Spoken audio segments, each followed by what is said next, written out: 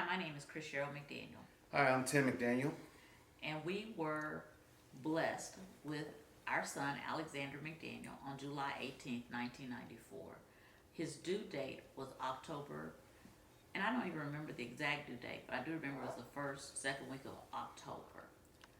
And he was anxious to get here, I guess. But in July, I went into early labor and ended up having him delivered by C-section at Odessa Regional Hospital in Odessa, Texas. Because I had excellent prenatal care. I took care of myself. I did what I was told by the doctors. But due to circumstances that we may never know, I ended up with what's called an incompetent cervix. And it had a premature delivery in 1992 at 21 weeks or so. And that's when the doctor determined that my cervix was incompetent and then I would have to have a cerclage for any subsequent pregnancies. So, 1994, I become pregnant again. My doctor immediately did a cerclage at 8 weeks and put me on bed rest. I wasn't able to work. I wasn't able to drive. I could go upstairs once a day. So I spent most of that year laying in our living room on the sofa from one side to the other side, waiting on Tim to come home from wherever he'd been and tell me what had happened in the world that day and bring me my Eskimo pies and my lemon chills. Yep. All the food that you wanted. All the food that I wanted. However, I couldn't afford to eat all the food I wanted because I was laying down every day. That's true. So I had a pretty regimented meal. Yep. But we did have a doctor that was in Odessa, Texas, who did took excellent care of us. One of the things I'm glad about, I just thought about, we ended up in Odessa for delivery, but Midland didn't have a NICU. So if I had gone into labor in Midland, Texas, Alexander would have been care flighted to Lubbock or Dallas because that hospital did not have a NICU unit. That's true. But I also picked that particular physician because I had a good working relationship with him, so I knew he would take extra good care. So things worked out. They did. They worked out for the best. So when I got pregnant with Alexander, the doctor did a double cerclage. So he did the stitch and then he put a band on. So he was determined that my water was not going to break early from an incompetent cervix. And my delivery wasn't due to an incompetent cervix, but it was because I got an infection from one of the bands or the suture or something. And I didn't realize I had a fever because it was 110 degrees in Midland, so I thought everybody was hot. And I just kept having labor pains and ended up going to the hospital about 9 o'clock that night, and they told us they were going to deliver Alexander early. One of the things that benefited us with my preterm labor was the fact that, again, this great doctor that we had decided that I was going to have betamethasone shots every 3 days in my hips.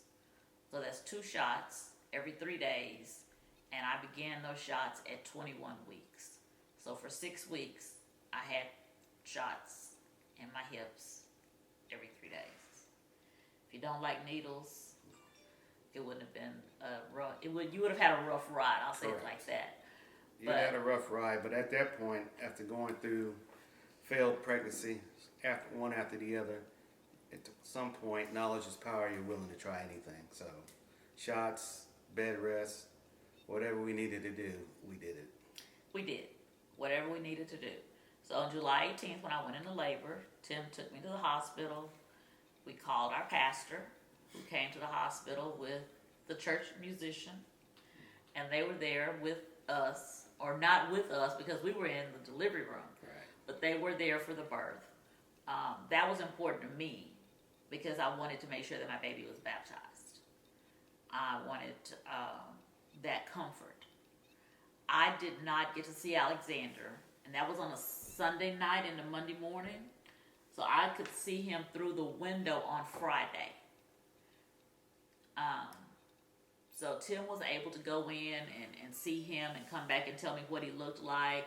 They gave me a Polaroid picture because remember, cell phones were not a thing back then. So nobody was snapping pictures everywhere. No. So all of our photos are 35 millimeter developed photos. Yep. That we finally got to start taking. So we were at the hospital from July until the first week of October when Alexander was finally released to come home. Thankfully, due to the beta-methazone shots that I had taken, he was only on a ventilator for 10 days. We didn't have a lot of the complications that a lot of the other premature babies were suffering from. So after 10 days, he was pretty much just eating and sleeping and growing to try to get to that magical number of over 4 pounds and able to maintain his body heat so that he could finally come home. Yep. And that happened in October. Yep. So, being a first-time parent, that time in the hospital gave us time to prepare, obviously, because we'd have to go to the hospital every day. We have opportunity to hold Alexander, to change his diaper, to feed him. I could hold him in the palm of my hand. He was less than 2 pounds, and then he grew to 3 pounds, and then finally to 4 pounds. So it gave us time to get prepared to be full-time parents. That it did. The things that people have access to now, we didn't. We couldn't go to the store and buy premature clothing. We couldn't go to the store and buy premature diapers. Nope. Huggies was the only company that made premature diapers, and we had to order them by the case and have them shipped to us. His clothing, there was only one store in Midland that carried premature clothes, and they only had 4 outfits. So they had 2 boy outfits and 2 girl outfits. So he spent the majority of his time in those sack gowns that babies wear because we couldn't find anything small enough to fit him. The newborn clothes were too big. Yeah. So it was a interesting ride. We would put him on multiple layers of clothes and hats in the hospital to try to get his body temperature to stay up, even though it would fall as soon as we'd unbundle him. I didn't suffer a lot from postpartum depression, and I think that a lot of that had to do with the fact that I had something to center myself around and rally around. I didn't have a lot of time to think about anything other than getting back to driving so I could get back and forth to the hospital, because I was going at least twice a day and staying for multiple hours. When Tim went back to work, sometimes he just dropped me off and I'd sit there all day long, because I think that was important for me as well as for Alexander, so that he would be able to bond with me, someone other than the nurses or the staff that was always at the hospital. We had mentioned earlier that I did have a previous premature delivery. After Alexander, I had a 3rd premature delivery, again at 25 weeks, 26 weeks. Yeah.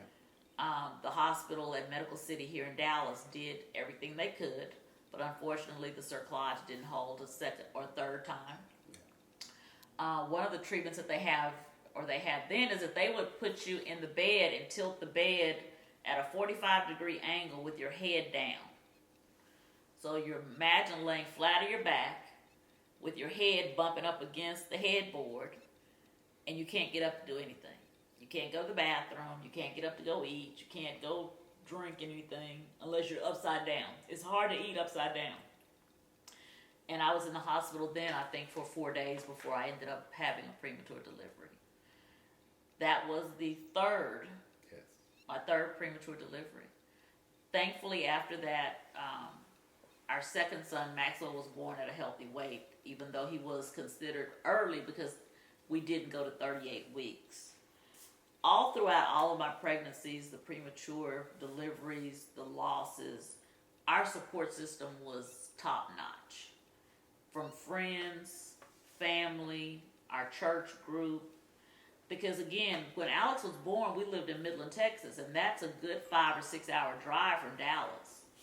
So our parents would drive out. They would take turns every other weekend. My mom came the first weekend that he was born. Tim's parents were there the very next weekend. My aunt was there. And they would just rotate coming into town, checking on him, checking on us, making sure everybody was doing okay. And this was the first time our families had dealt with a premature delivery. So they didn't really know what to expect.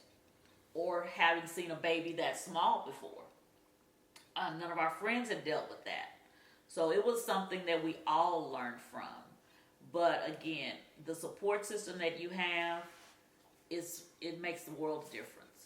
When you don't want to have to cook and there's somebody that brings something over for you for dinner, friends that came over and cleaned the house. We were in the process of moving into a new house.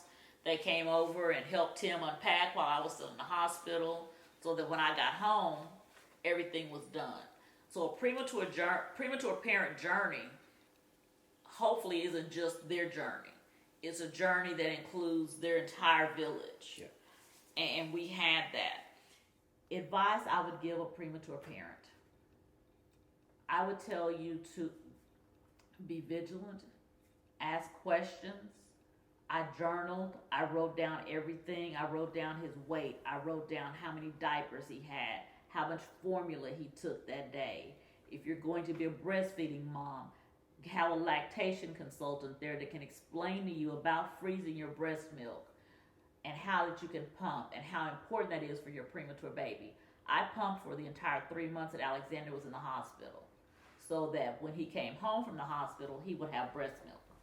We had no room in the freezer because it was full of little pouches of breast milk.